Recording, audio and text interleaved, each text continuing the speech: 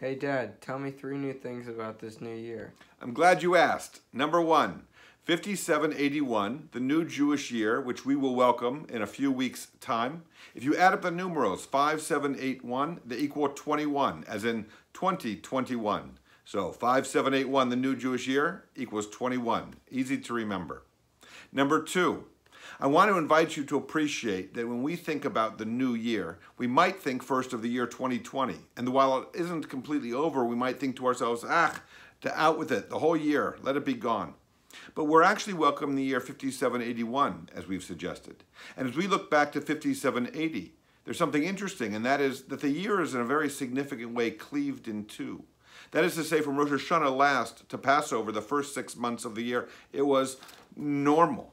It's what we might recall and what we might hope to return to, even as we know things not only can't go back to how they were, but we're no longer satisfied with what once was.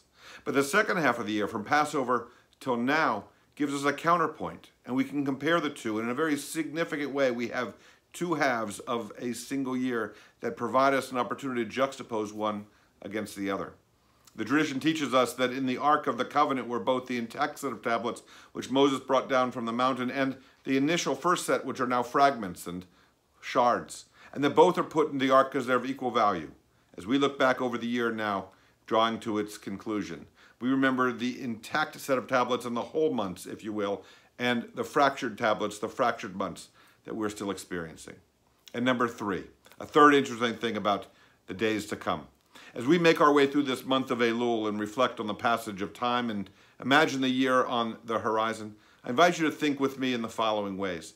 Think about what's coming up in the next 10 days. 2 Shabbatot, 2 Sabbaths between now and then, a week and a half, 10 days, 10 weeks, to say 2.5 months. You know, my kids, as they get ready to start school on the start of next week, are going virtual for at least the first 9 weeks. So 10 weeks is just beyond. 2.5 months, 10 days, 10 weeks. What are your plans then? What can you see into the future? And then 10 months on the horizon, which will take us through the academic year, and soon will take us back to Rosh Hashanah once more. 10 days, 10 weeks, 10 months. A new way to think about what's important and what we'll be busy with. I wish all of you a very significant, reflective Elul, and I wish you a Shana Tova. Adam, thanks for holding the camera. Anytime. Shabbat Shalom.